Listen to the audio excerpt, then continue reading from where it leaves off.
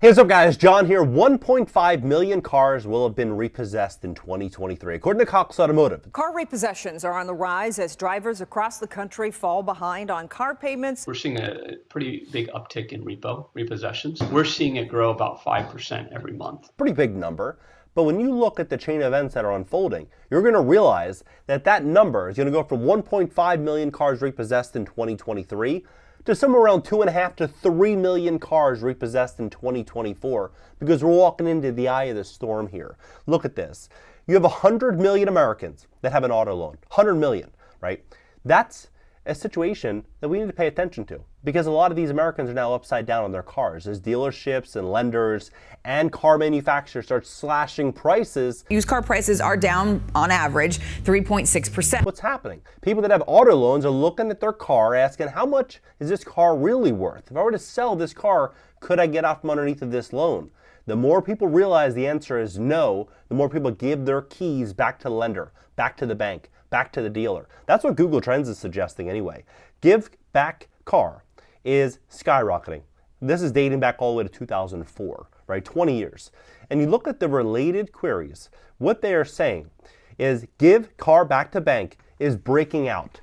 Give car back to dealership, breaking out. Give car back to dealer, breakout. How to give car back to bank, breakout. How to give car back to bank, breakout, right? Bankruptcies skyrocketing. So you see exactly what's going on here, but you have to pay very close attention to this massive trap that they've set, because this trap is going to bring this negative equity amount of roughly $6,000 per car that's already baked in. Car prices have already dropped about $6,000 each to much greater than that, because they've declared a war on the auto industry. Now I'm going to break it down for you. I'm going to show you exactly what's going on. We're walking into this. We're in the front lines of it. Please hit the like button. Hit the like button. YouTube will share this content to educate more people about what's going on. And if you'd like to fix your credit, we'd love to help you at my company, GreatCreditFast.com. That's GreatCreditFast.com. If you have late payments, medical bills, charge-offs, foreclosures, bankruptcies, repossessions, or any negative item on your credit report, go to GreatCreditFast.com. Click the link in the description just below this video. Schedule a free strategy session. Take a look at this. So used car prices fell 5.5%. I mean, think about how big that number is. 5.5% over the last 12 months. And the average is negative equity, $6,054. $6,054 negative equity. Substantial. Teslas, for example, look at how much Teslas have fallen in value. 24.7%. They cannot get rid of these cars. Nobody wants a Tesla. At least that's what it is showing right now, because people aren't buying them. They're not buying them. They're trying to slash these prices. And it's pretty obvious that what's happening right now, they're pushing this EV, this big EV push. People don't want an EV. People want a combustion engine. That's what, at least that's what, people are striking their checkbooks out to buy. Not EVs, they're buying, combustions. They want a nice Honda, they want a nice Toyota, they want a nice Lexus, they want a BMW. They want something that's going to be able to, they can pull up, they can fill their tank, they can drive off. That's what they want. They don't want to sit at a charging station for an hour. But, look at this. Tesla Model 3 dropped 28.9% since October 2029. That's like a meme stock, right? 28.9%.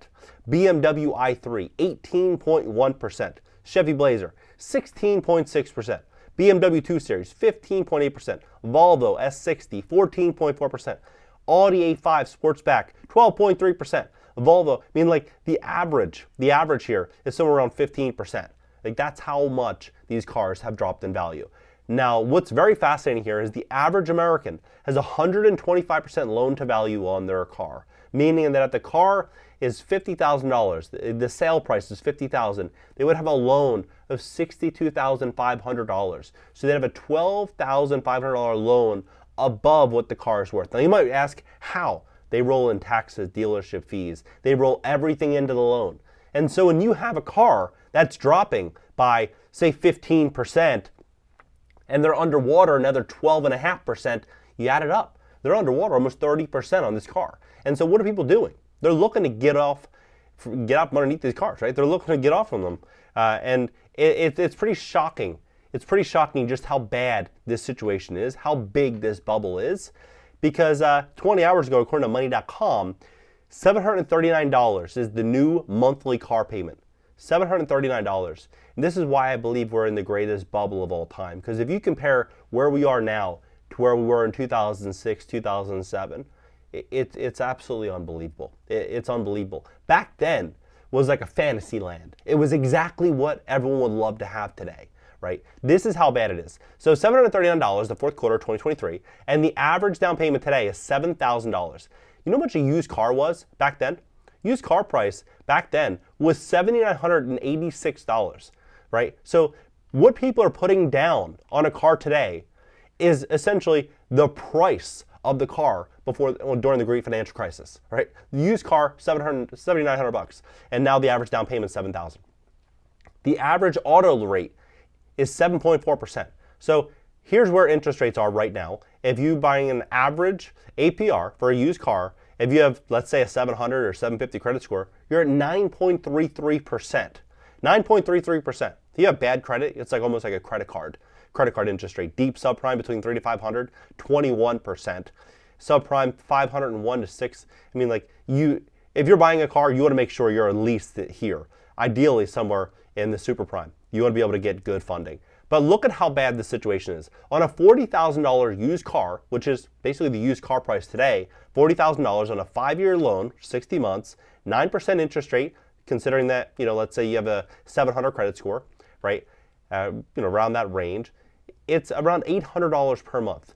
So the average car insurance, depending on the state in which you live, might be $150 to $250 per month. So it's over $1,000 per month, plus gas and maintenance and upkeep and tires and stuff like that. I mean, you're probably somewhere all in, maybe $1,200 a month, $1,300 a month. Like, that is just to drive a car. It's unbelievable. It's absolutely unbelievable. Because if you were to buy a new car back in 2008, like a brand new car right off the lot, you're looking at $23,000. We'll say $23,500.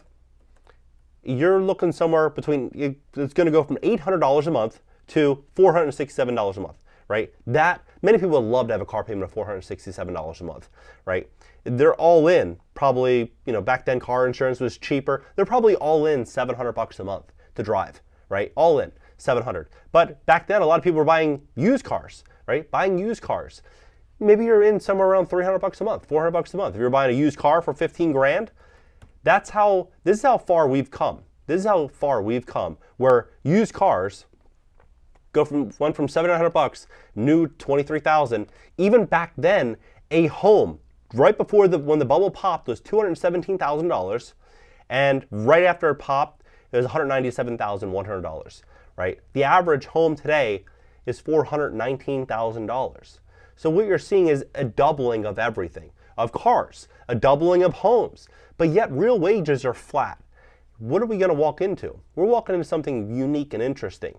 When you have a situation where 40 million Americans owe student loans and 40% did not pay starting October 1st, they can't afford to pay. Right? As inflation continues to get worse and the cost of living continues to get worse, people are going to start to give back their keys to their Airbnbs, to their second homes, to their primary homes, to their cars. We're walking into something here, something very, very, very big. But what I think is going to happen here to the auto market is this. Car dealers tell Biden customers aren't ready for electric cars. They don't want them, right? They do not want them. But car repair prices are rising much faster than overall inflation. Here's why. We're going to see a situation where it's going to be the Teslas of the world. They're pushing this EV. This is going to happen 100%. They're going to be pushing this and pushing this and pushing this as this begins to happen. A lot of the small mechanics, a lot of the local shops, they're going to start closing down. Because who services the Tesla? Tesla services the Tesla. Who services the electric vehicle? It's the car dealer, the manufacturer. They're the one that's going to be taking that car in. And so what we're going to start to see here is a massive consolidation inside of the auto industry. So as it gets more expensive to service these cars, it's more expensive to insure these cars, what's going to happen? People aren't going to be able to afford to drive these vehicles. And so we're walking into a situation where car prices are going to continue to fall. And when we see a scenario where we're at right now in the economy, how many people are out there looking to go buy a brand new car right now? Not half as many people that were out there looking to buy 2 years ago.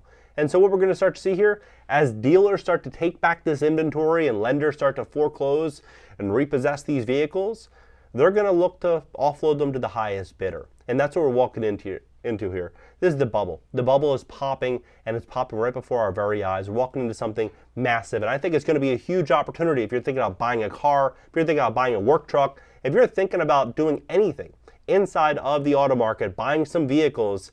Time to do it's probably going to be Q2, Q3, sometime in 2024. We're going to start walking into something here. What do you think about it? Drop below. Let's have a conversation. If you like to fix your credit, to position yourself, if you have late payments, medical bills, charge-offs, foreclosures, bankruptcies, repossessions, we'd love to help you. If you want to position yourself so you can get funding and financing, if you have credit issues, get a hold of us. Go to GreatCreditFast.com, click the link in the description just below this video, schedule a free strategy session. Catch you next video.